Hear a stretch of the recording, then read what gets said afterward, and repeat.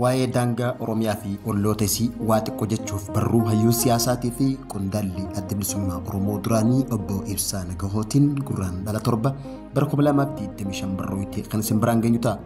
Daangaan Oromiyaa kan saraarame yeroo chaartaraa bara 1990 takka hanga bara 1992 akka lakkoofsa Awurooppaatti. Yeroo daangaan saraaramaa ture beekaasaa ta'uu wallaalumarraa kan ka'e dogoggora seenaa Oromiyaa irratti hojjetameeti jira. Kunis kan raawwatame yeroo santii pelleeffi jala turan bakka bu'oota Oromoo tahee warra of ramadaa turanii baay'een isaanii seenaa Oromollee kan hin beekne turan. Kanarraa ka'uudhaan yeroo laftii fi uummanni Oromoo gara sabootaa fi sablammii ollaatti citu callisanii ilaalan. Kaan ammoo tola ooltummaa fi fakkii sabootaaf taana jechuudhaan magaalota tokko tokko akka ergisaatti warra ollaatiif kennan. Kan Oromiyaatti akka ergisaatti magaalonni warra ollaatiif kennaman magaalaa Jijjigaatii fi magaalaa Walqixxeetii fi naannoo isii yoo ta'an magaalaan Hawaasaa ammoo qondaala adda bilisummaa Oromoo yeroo sanii amma maqaa dha'uu hin barbaanne tokkotu akka kennaatti uummattoota kibba Itoophiyaa jiraniif kenne. Booda warri Sidaamaa akka dhuunfatan godhame. Laftichi garuu kan Oromoo Arsiiti ture. Yeroo adda addaa achirraa gara naannootti babal'ifatan. Gama ba'a Oromiyaatti yoo deebi'u Oromiyaa Ogaadeen Somaalee wajjin daangaa dheeraa waliin qabna. Kanaaf uummanni fi lafti Oromiyaa gara sanitti citee ture. Jijjigaan garuu akka ergisaatti kennameef warri Ogaadeen kan magaalaa guddittii godhachuu malan magaalaa godheet ture. Garuu yeroo san warri ONLF bal'inaan waan sosso'aniif nageenya daandii fi fageenya magaalattii mootummaa jiddu galeessarraa ta'uu isii tilmaama keessa galchuun Jijjigaan akka ergisaatti akka itti fayyadaman kennameef. Garuu magaalattiin kan Oromoo ta'uu hunduu ni amana ture. Waajjirri adda bilisummaa Oromoo yeroo chaartaraatu achi ture. Booda keessa shira qondaaltota TPLF fi nagada kotorbaandiitiin machaaniitiin uummata lamaan jidduutti walitti bu'insa daangaa ilaallatu akka uumamu godhan. Kanarraa ka'uudhaan shiruma TPLF kanaan riiferendamiin akka godhamu taasifame. Kana sababeeffachuudhaan mallattoo filannoo uummataaf dhiyeessan irratti karaa Oromiyaa odaa danquu ta'ee yoo fayyadaman uummanni Ogaadeen ammoo gaala mallattoo godhate. Asirrattis warri Oromiyaa bakka bu'an dogoggora seenaatti hojjetan. Kunis odaa uummanni Oromoo daangarra jiru gaalaa fi loon horsiifatee jiraatu biratti odaan beekumsa uummatichaa hin qabne dhiyeessaniif. Uummatichi hangi tokko kan beeku odaa isa alaabaa adda bilisummaa Oromoo irra ture. Kana irraa ka'uudhaan uummatichi gaala isaa waan jaalatuuf odaadhaan quudhisee gaala filate. Garuu bulee ture uummanni Ogaadeen lafa keenya gallakkisaa jechuudhaan uummata Oromoo gaala filate magaalaa keessa ari'atan. Yeroo riiferendamii sana ammoo magaalaan Jijjigaa kan Oromoo ta'uu walii galanii riiferendamii keessa akka hin galle walii galan. Garuu turee bulee shira qondaaltota TPLFtiin gargaaramanii uummata Oromoo magaalaa Jijjigaatii fi naannoo ishee kana turan akaakayyuu dabranii taranii habaabayyuu dhallee irratti ka jiraatan nama miiliyoona 1,200,000 ol kan ta'an magaalaa keessa ari'an. Uummata Oromoo kana yeroof uummanni Oromoo gaara dakaa birmatee simatee bakka adda addaa qubachiise.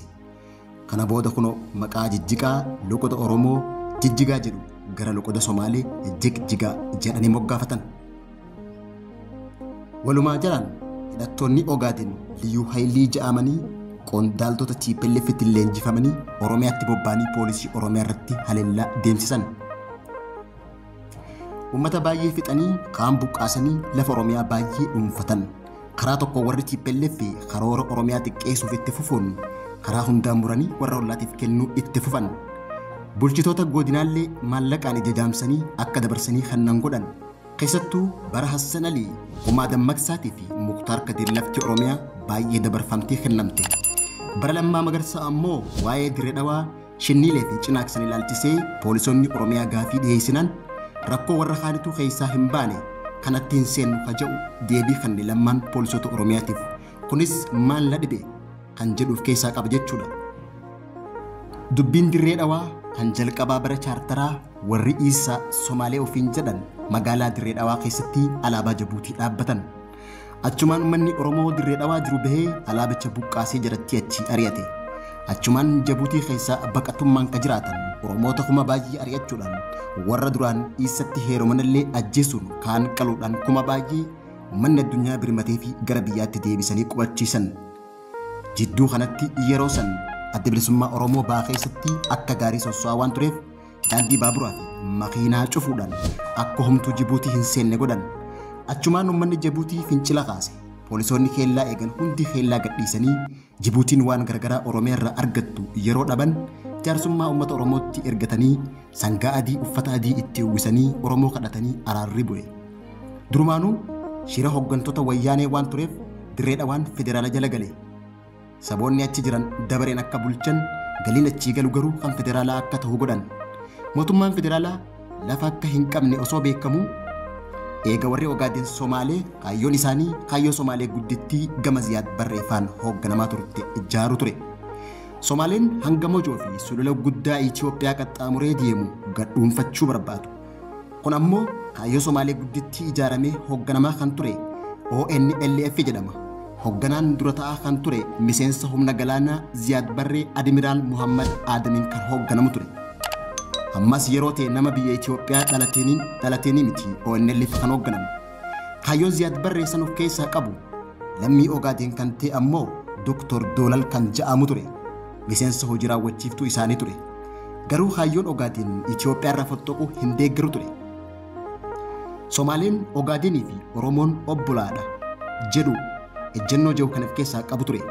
Boodarra walgahii horaa qabna ja'anii Ogaadenitti yaamanii odoo bakka walgahii hin gahin karaatti haxxee itti hidhanii ajjeesan warri gartuu Admiraal Muhammad Ziyaad Barree kun jechuudha. Kanaaf kaayyoo warra Somaalee Itoophiyaa hin jedhanii jijjigaa dhuunfatanii Baabbilee dirree dhawaa Moyaalee guutuu ishii karaa Baalees aanaalee tokko tokko karaa Cinaaksaniis babal'ifannaatti jiru. Kan uummanni Oromoo callisuu hin qabu. Uummata jechuun hammataa jechuun gogummaa kan itti fakkaatu baay'eedha. Aangoo mootummaa federaalawaa harkaa qabna jechuunis biyya Oromoo qircaacheessuuf osoo hin taane Oromoo ittiin kabachiisuu yaada jiru of keessaa qaba. Daawwattootaa fi hordoftoota Lammii Miidiyaa irraa waa'ee daangaalee lafa Oromiyaa sabootaa fi naannolee ollaatiin saamamaa turanitti hundaa'uudhaan barruun gabaabaan isin dubbifnee kanan gammaatti hordofaa turtan. Lammii Miidiyaan karaalee adda addaatiin oduuf odeeffannoo haala yeroo hundaa isin biraan ga'a. Chaanal Lammii Miidiyaa namoota hedduu bira akka dhaqqabuuf like, share fi subscribe gochuu hin dagatinaa isin jenna. Turtii gaarii.